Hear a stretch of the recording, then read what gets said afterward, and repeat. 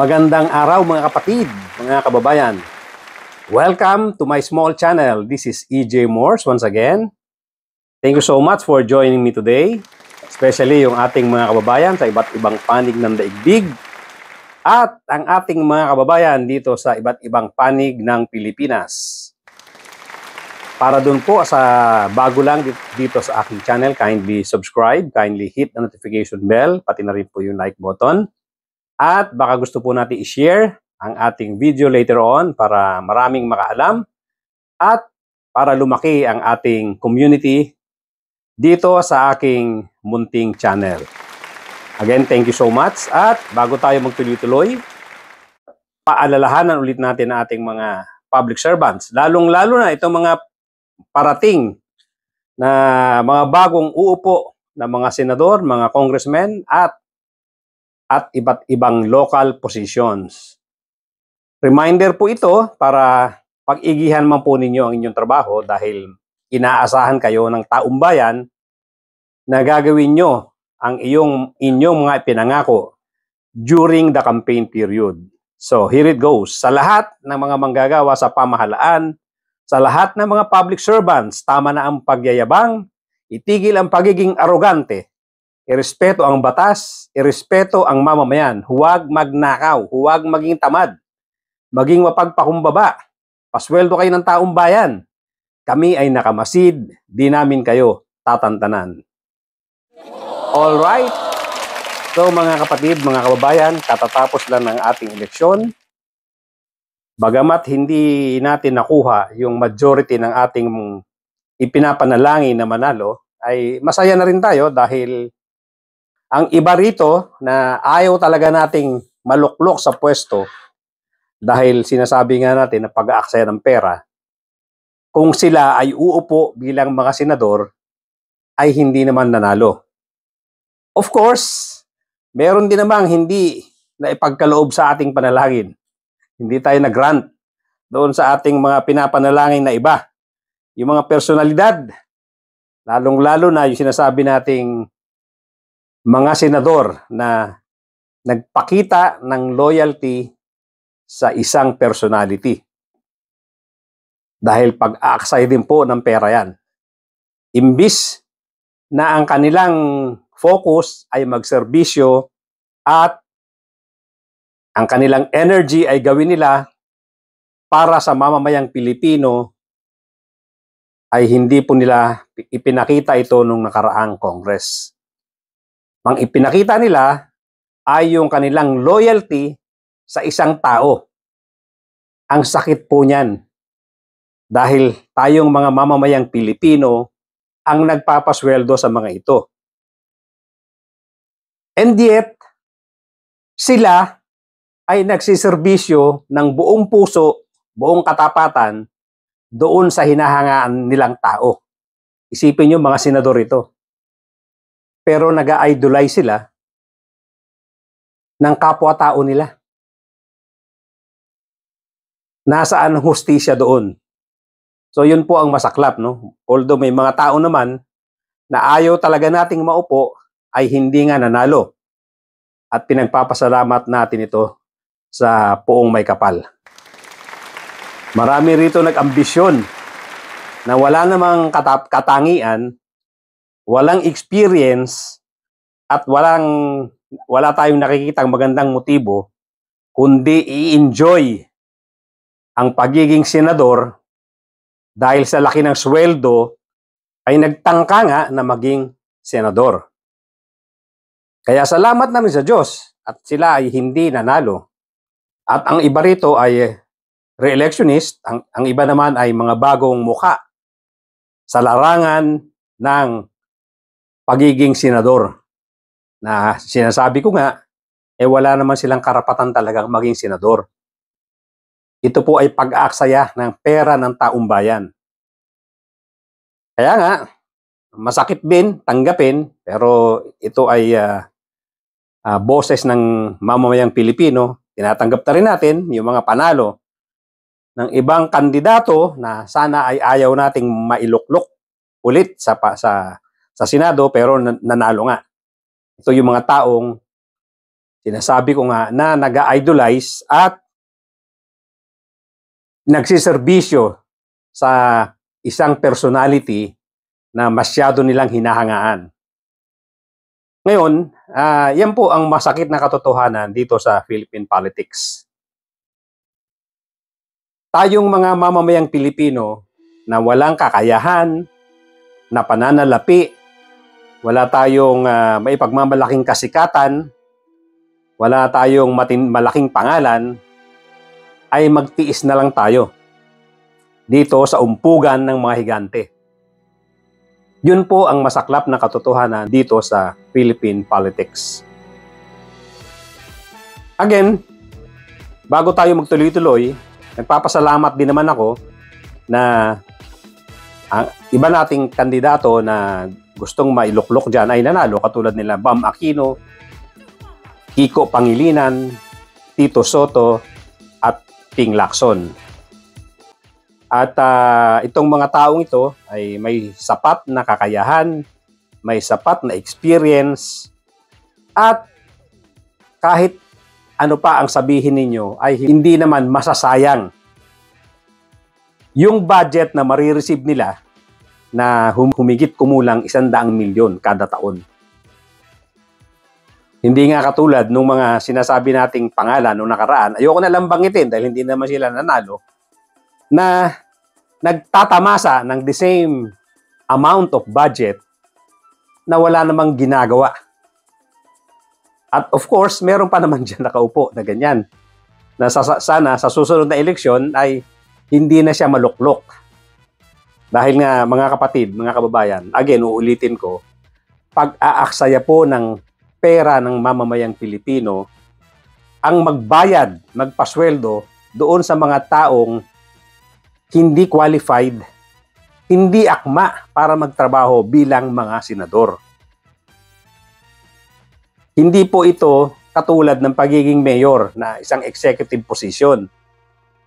Siguro ang iba sa kanila, baka po pwede maging mayor dahil doon sa kanilang mga sinasabing intensyon na tumulong sa mamamayan, ay doon nila magagawa. Pero iba itong Senado. Ito ay paggawa ng batas. Kaya nakakatuwa or nakakatawa na sabihin nila na gusto nilang maupo dahil gusto nilang makatulong sa mga mahihirap. Paano nila gagawin yun? Hindi naman ito DSWD. Hindi naman ito, yun nga, hindi ito isang executive position na kung saan diretso kang makikiharap doon sa mamamayang Pilipino, doon sa iyong na nasasakupan. So, yun po ang nakakatawa dito sa ibang kandidato na nagsasabing gusto nilang maging senador para tumulong or makatulong sa mga mahihirap na tao. So, doon pa lang laglag na. Ngayon, gusto ko pang balikan yung sinasabi ko kanina na masakla po ang katayuan nating mga mamamayang Pilipino dito sa Pilipinas, yung ating Philippine politics. Na kung ikaw ay walang kakayahan financially, hindi ka sikat, ay magtitiis ka na lang dito sa mga laro ng mga higante. Naglalakihang pangalan, naglalakihang budget during the elections. Kaya kung sino may budget, sino may pangalan, sino ang may suporta ng mga malalaking religious groups. Sila po ang nangunguna. Hindi bali na nga sana, gamitin nila yan, yung kanilang pangalan, gamitin nila ang organization nila, gamitin nila ang pagiging sikat nila kung sila ay buong puso magsiservisyo sa mamayang Pilipino. Buong puso nilang gagawin yung trabaho bilang senador. Ang masaklap po nito, marami po dito sa ating mga senador ay nagiging tau-tauhan, nagiging tagahanga at taga-suporta sa mga personalidad na hinahangaan nila. Hindi po tama yan. Dapat ang boss mo rito ay mamamayang Pilipino, hindi isang personality. Kaso nakita natin itong nakaraang Congress. Kitang-kita natin kung papaano itong mga taong ito sumuporta sa isang personalidad na kanilang hinahangaan. Hindi man lang nila inisip na ang taong bayan ang gumagastos sa kanila, yung kanilang mga sweldo dyan, yung kanilang mga allowances dyan, yung kanilang pinambabayad sa staff, kanilang ginagamit na pambili ng mga equipment sa opisina, ay galing sa mamamayang Pilipino. And yet, kung makasuporta sila sa isang personalidad, ay ganun na lang. Hindi nila iniisip na ang taong yun ay isa rin namang nanggaling sa public service. Na dapat, pagkatapos niyang maupo, ay tapos na siya at wala na siyang pakialam sa politika. Ang nangyayari dito, hanggang ngayon, itong mga nakaupo at itong uupo ulit, panibago sa ating new Congress, sila-sila pa rin ang magtataguyod, ang susuporta dito sa isang personality na ngayon nga ay nakakulong at naharap sa isang krimen na napakalaki, yung crime against humanity. Hindi ko maintindihan itong sila Bato de la Rosa, sila Jaime Marcos,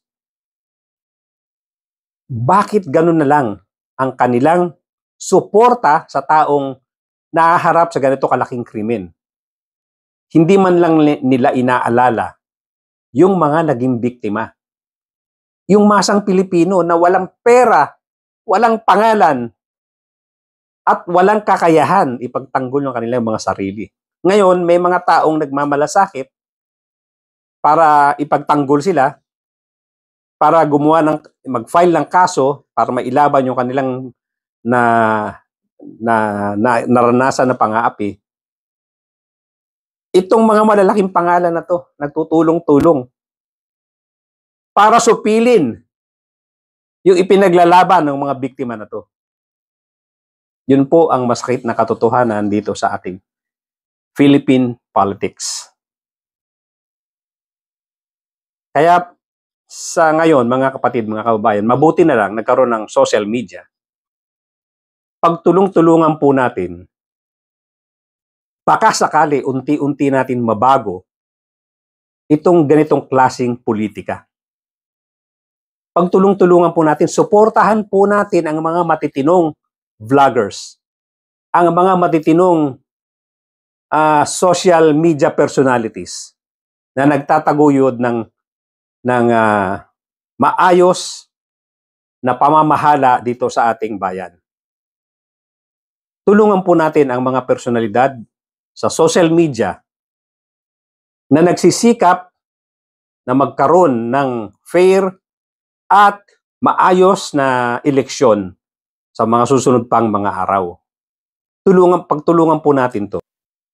Ito po ang isa kong nakikitang mabisang paraan para unti-unti nating masawata or mapigilan yung ganitong klaseng politika. Na palagi ang nagahari, yung sikat, yung maraming pera, at yung may malalaking organization. Palaganapin po natin, tulungan nating lumaganap ang isang matinong social media outfit. Pagtulong-tulungan po natin, itaguyod ang mga tao na nasa social media na may matitino at maayos na hangarin para umayos ang ating gobyerno, umayos ang ating society. Yan na lang po ang nakikita kong pag-asa. Hindi po maaaring sumuko na lang tayo. Kasi kung iisipin natin, ano ba ang magagawa ng ordinaryong mamamayan sa ganitong klaseng politika? Ang hirap mag-isip ng solusyon. Pero, in the advent of this social media, nagkakaroon po ng pag-asa ang mamamayang Pilipino. Ang pwede lang natin gawin dito, palawakin natin ang todo. Palakihin natin ang gusto, tulungan natin yung mga matitinong mga vloggers. Ito lang po ang pag-asa natin para malabanan ang ganitong klaseng napakaruming politika. Kung mapapansin nyo naman, si Heidi Mendoza, unknown. Hindi naman siya ganun kasikat. Naging witness lang siya one time diyan sa Senado, pero nakalimutan na siya ng mamamayang Pilipino dahil matagal siyang nawala. Pero sumubok dito sa ating eleksyon 2025 at hindi masama na umabot ng 6 million mahigit yung nakuha niyang boto. Ito po ay walang makinarya, walang organization, at walang pera. Lalong-lalo na kung ikukumpara mo sa naglalakihang pangalang katulad ng mga Villar. Walang-wala itong panggastos sa pagkakampanya. Pero isipin mo, kung makakuha ka ng 6-7 million votes, dahil lang sa social media, promising po ito. Ibig sabihin, meron pa tayong nasasinagan na pag-asa using this new social media. Kaya mga kapatid, mga kababayan, ito lang po ang nakikita kong pag-asa. Again, sasabihin ko. Dahil kung hindi tayo kikilos ng pagkakaisa dito sa social media, wala na ako nakikitang ibang paraan. Kailan pa magkakaroon ng mga taong matitino ang intensyon pero ubod ng yaman at sikat. Bihira po Bihira tayo makakita ng ganyan. Sikat, mayaman, pero may pusong ginto para sa mamamayan. Kailan pa po tayo makakita niyan? Kaya, uulit-ulitin ko po sa inyo, mga kapatid, mga kababayan, ang pag-asa lang po natin ay itong social media. Ipasa-pasa po natin, i-share po natin sa ating mga kamag-anak, mga kaibigan, mga kapatid, ang mga matitinong vlog, ang mga matitinong content creators, ang mga matitinong social media personalities na naghahangad, nangangarap na magkaroon tayo ng matinong gobyerno, na magkaroon tayo ng fair and honest election sa tulong ng social media. Mga kapatid, yan na lang po nakikita kong pag-asa.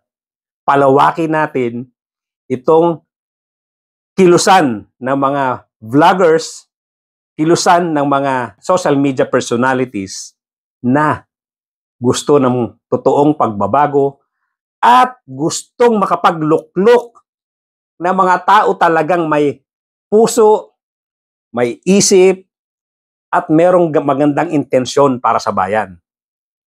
Hindi katulad ng mga taong karamihan ngayon na nasa pwesto na mayayaman na, mga sikat na, ang problema, nagkakamutan sila ng likod nila. Suportahan sila. Whether tama o mali ang ginagawa, suportahan nila dahil kaibigan nila. Ayan po ang gusto nating mawala. Kaya po nating magawa yan. Unti-unti natin pagtulong-tulungan itong social media, itaas natin ang social media, itaas natin ang awareness ng mga tao na itong social media lang ang pwedeng bumangga sa mga taong sikat, sa mga taong maraming pera na sinasamantala, pinagsasamantalahan ang ating gobyerno, ang ating taong bayan. Hanggang dito na lang po mga kapatid, mga kababayan. Sana mamulat tayo na magkaroon tayo ng kamulatan na ang pag-asa na lang natin talaga sa ngayon ay magkaisa tayo dito sa pagtaguyod ng social media. Thank you so much mga kapatid, mga kababayan. At again, doon po sa mga bago lang dito sa aking channel, kindly subscribe, kindly hit the notification bell, mag-comment na rin po tayo, at i-share po natin. Palakihin po natin ang mga channels ng mga content creators, ng mga vloggers na talagang nangangarap na magkaroon ng magandang pagbabago sa sistema ng eleksyon, sa sistema ng ating gobyerno. Again, thank you so much once again. At mga kapatid, mga kababayan, magkita-kita po tayo muli.